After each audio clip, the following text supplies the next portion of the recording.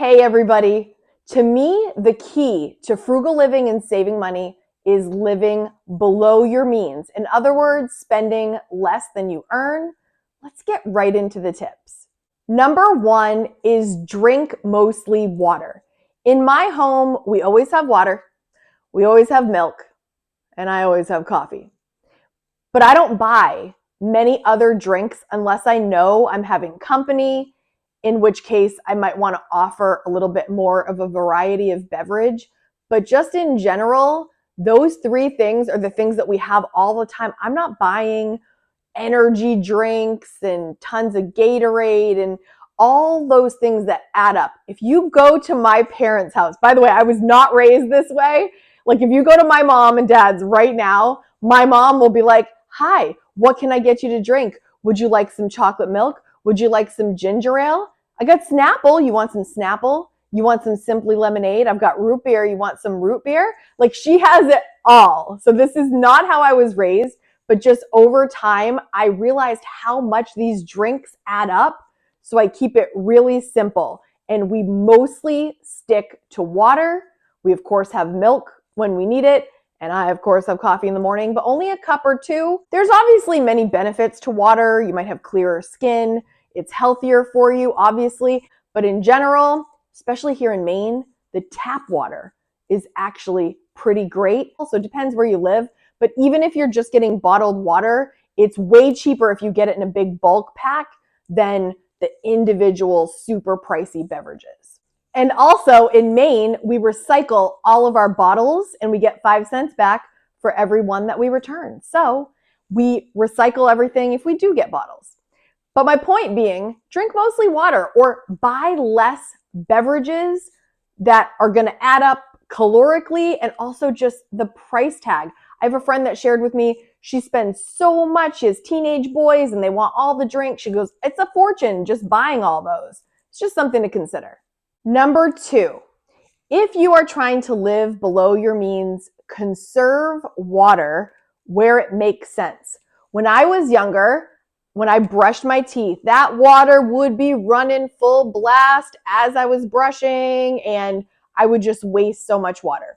I since have realized that that's a giant waste of our resources. So I'm a person, I put the toothpaste on, I wet it, and I turn the water off while I brush because I try to brush for about 2 minutes, right? And that's 2 minutes of water that would just be running down the drain for no reason.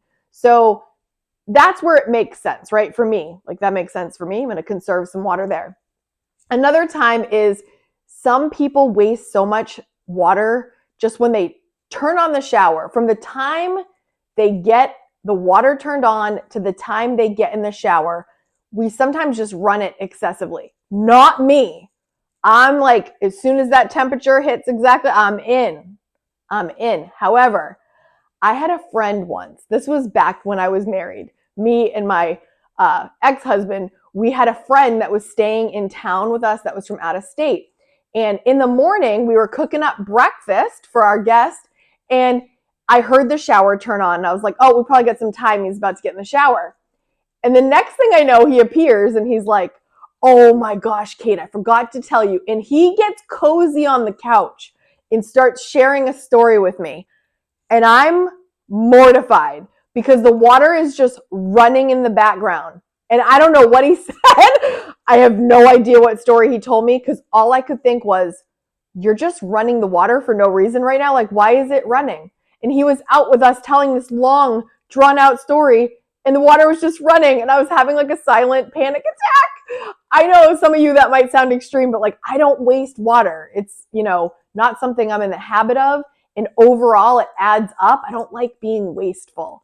So think about conserving your water where it makes sense. I've heard of people doing timed showers, and I got to be truthful. I am not down with that, me personally. I can understand some circumstances where that might make sense, but I already live a very rushed, very hurried life on most occasions and most days and most weeks and most months. And when I get in the shower, give me a minute. Okay, I don't want timers going off. I don't want to be timed. I don't want alarms going off. I don't want to be like, hurry, hurry. I'm not doing that.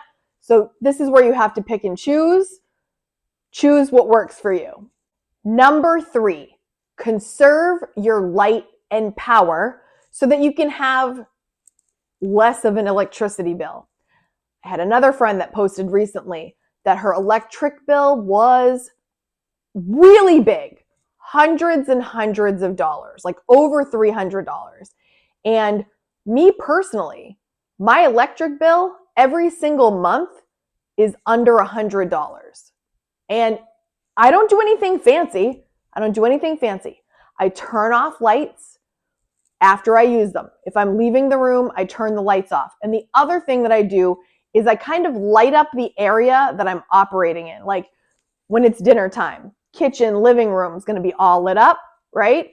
And then as we move toward bedroom time, toward the end of the night, kitchen gets shut down, living room gets shut down. Like those lights are no longer on, and we're just using the rooms that are lit up, basically, you know? And then eventually those come down, of course, when we go to sleep.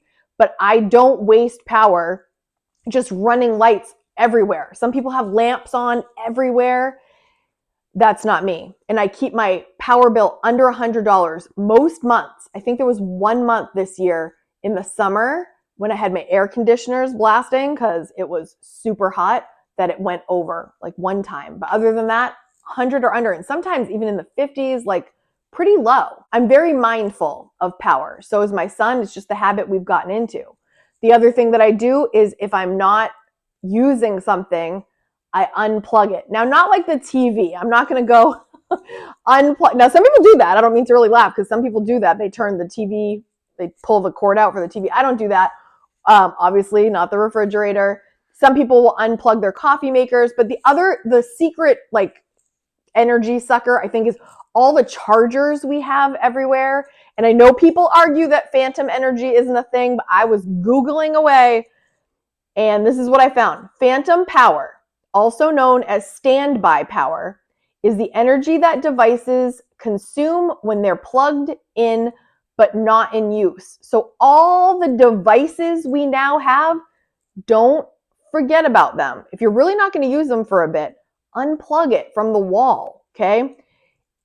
Google says phantom power can account for up to 10% of a home's electricity bill. Now, I talked about this like in one of my first videos that went popular, and people are like, that's not a thing. I truly believe it's a thing, and I unplug the things I'm not using. Again, you get to choose how you want to save your money, but I like to do these little things that I think add up. If you've made it this far in the video and you want to save money, you want to get your bills lower, type in the comments, get low, and see how low we can go so we can save some money, live below our means, enjoy the frugal life. Number 4, if you're going to be leaving your house for over an hour, carry food with you. Have a water on you. Have a snack on you. Have your lunch on you if you're going for a long time. This will save you so much money. I get hangry, right? If I'm out and about and I get hangry, I am much more likely to go through a drive-through, stop and get stuff, and spend more money on things I don't need because in the moment I'm starving. If you have kids, you know this is true. And when the kids get hangry, you're in trouble. We're all in trouble, right? So if you're going to be gone for over an hour, just have a little snack, a little drop of water. When you're on the go, drinks and food, as you know, is so much more expensive. Stopping at the gas station to get a little snack, friends, those are not inexpensive in any way. Those gas station snacks and drinks are jacked up for your convenience. They know you're going to pay because you need it now, or you're traveling, or you're in a hurry, or you're desperate. So if you're going to leave the house for over an hour, just have a little snack on hand, a little drink on hand. It'll save you money in the long run. Number 5, if you want to stay living below your means, never ever whip out a credit card to pay for something that you don't currently have the money for. I'm very serious about this tip. If you don't already have the money sitting in your checking, knowing that you've got this, you've got no business going and buying these things. because it's going to sit there. You're going to accumulate interest if you can't pay that off at the end of the month. And that's stressful. And I don't want that for you. I don't want that for you. So never whip out a credit card unless you've already got the money to cover that. I do use credit cards. I do have a credit card and I do use it, but I make sure to pay it off every single month. I never leave a balance behind. No balance left behind ever. So if you don't have that ability to pay it off at the end of the month when you know it's coming, I would not do that. I would not get into that cycle of creating debt and stressing yourself out and spending money you don't have. Nope, not going to do it. Number 6, if you see something working for someone, they're doing an awesome job at saving money. They're working it. And you're like, how are they doing that?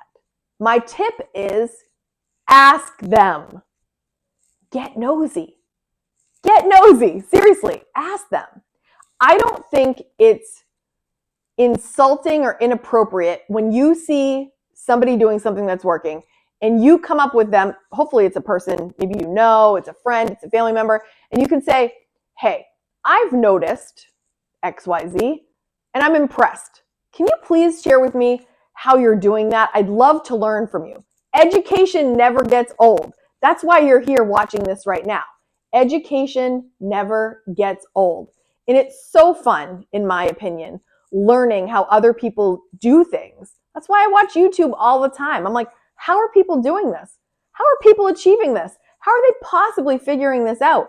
If you don't ask and you don't get involved a little bit and find out, you're not going to know. So I think it's completely, in my opinion, flattering if someone says to me, hey, I see you're doing this. It looks like it's working great. Can you please tell me how you do that?